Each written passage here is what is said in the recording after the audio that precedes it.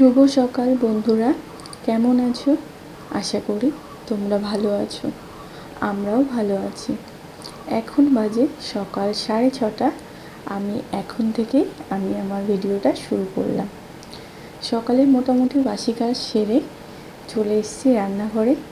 সব রকম সবজি কেটে নিয়েছি। আর এই যে রান্নার আগে ভাবলাম যে মেয়েকে একটু কিছু খেতে দিয়ে দিই, তাই একটা ডিম সেদ্ধ আর কটা বাদাম ওকে দিয়ে দিলাম। রান্নার আগে দেখবে সব কিছু যদি হাতের কাছে গুছিয়ে নিই না, তাহলে খুব তাড়াতাড়ি রান্নাটা হয়ে যায়। তা সব রকম সবজি কেটে তো আগেই সব ধুয়ে পরিষ্কার করে নিয়েছি।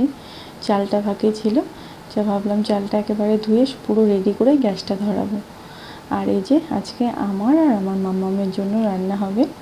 ওর বাবা কাজের জন্য কালকে বাড়িতে আসেনি, তা আমাদের দুজনের জন্য, মা মেয়ে দুজনের জন্যই আজকে রান্নাটা করব। আজকে আমার সোনা মামামের পড়া নেই, পড়া ছুটি আছে। আমি যখন আজকে সকালে ঘুম থেকে উঠেছি, ও আমার সাথে উঠে গেছে। দুজনের জন্য রান্না হচ্ছে, কিন্তু আজকে অনেক রকম করছি।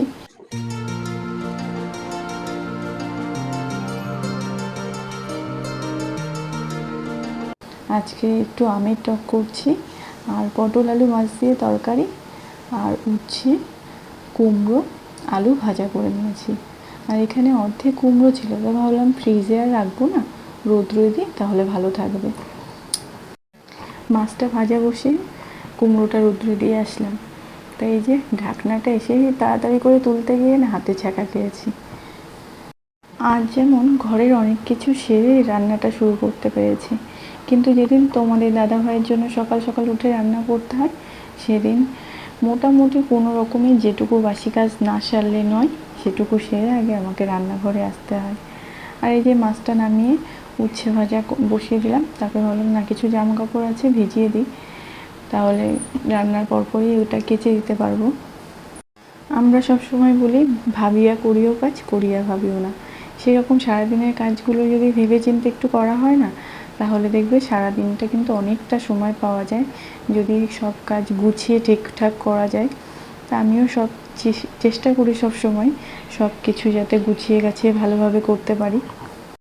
এইভাবে কাজ করলে কি একটু ভালোভাবে ধীরে সুস্থে কাজ করা যায়, নাহলে প্রচণ্ড তাড়াহুড়োর মধ্যে দিয়ে সব সারতে হয়। আর তাড়াহুড়ো করে কাজ করলে কিন্তু কোনো কাজই ঠিকঠাকভাবে ভালো হয় না। তো দেখো মেয়ের মাড়িটা হঠাৎ করে ফুলেছে, তো ওকে একটু নুন জল করে দিলাম। তো নুন জলে একটু গার্গিল করে নিচ্ছে, বললাম এটা কর, তাহলে হয়তো ফোলাটা কমবে। মেয়ের দাঁতে জানি না কেমন একটা শিন করে সব সময়, সে ও ঠান্ডা গরম যেটাই খাক না কেন দাঁতে সবসময় একটা শিনশিনই হয়। তা ওকে মাঝে মাঝে নুন জল করে দিতে হয়, এর জন্য ওকে ডাক্তারও দেখিয়েছি। মাঝে মাঝে মাড়িটাও হঠাৎ কেন জানি না ফুলে ওঠে, আর মাড়ি ফুললে তো সবার যেন কেমন একটা অস্বস্তি হয়, আর ও যেহেতু ছোটো। আর এই দেখো তোমাদের সাথে কথা বলতে বলতে না উচ্ছে কুমড়ো আলু দিয়ে ভাজাটা তো হয়ে গেছে। এখন বসিয়ে দিয়েছি আমের টক। আমি এটা একটু পাতলা পাতলা করেই করবো, কারণ মেয়ে না আমগুলো খায় না, আমের যে ঝোলটা হবে সেটাই খাবে। এই জন্য এই দেখো পাতলা পাতলা করে করেছি। তা হওয়ার সাথে সাথে মেয়ে বললো আমাকে একটু দাও, তাই যে ওর জন্য শুধু ঝোলটা তুলেই দিচ্ছি, কারণ ও আমটা খেতে ভালোবাসে না, শুধু এই ঝোলটাই খাবে, এটা ও খুব ভালোবাসে।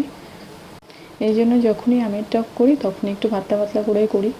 আর এই যে আমার মাছ ভাজা হয়ে গেছিলো, আমাকে বললো একটা মাছ ভাজা দাও। তা বাদ বাকি রান্না বসিয়ে কিছু কালকে জামা কাপড় ছিল যেগুলো বাইরে মেলা ছিল, সেগুলো তুলে নিয়ে এসে ভাবলাম এগুলো ভাঁজ করে নিই, ওইদিকে রান্নাটাও হচ্ছে।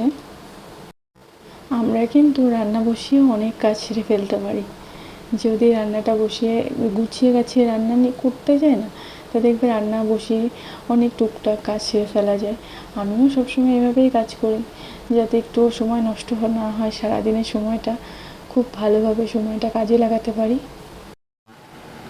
আমার তো কোনো আলনা নেই, ওই কারণে জামা কাপড়গুলো এখানেই ভাঁজ করে রাখি। এগুলো যে পর্দা যে টানায় না স্টিলের যে রডগুলো, সেইগুলোই তোমাদের দাদাভাই আমাকে দুটো লাগিয়ে দিয়েছে। যদিও এখানে সব জামা কাপড় ধরে না, তা যেগুলো সবসময় ব্যবহার করি সেগুলো এখানে রেখে দিই। আর এই যে দেখো সব জামা কাপড় ভাঁজ করে গুছিয়ে রাখা হয়ে গেছে।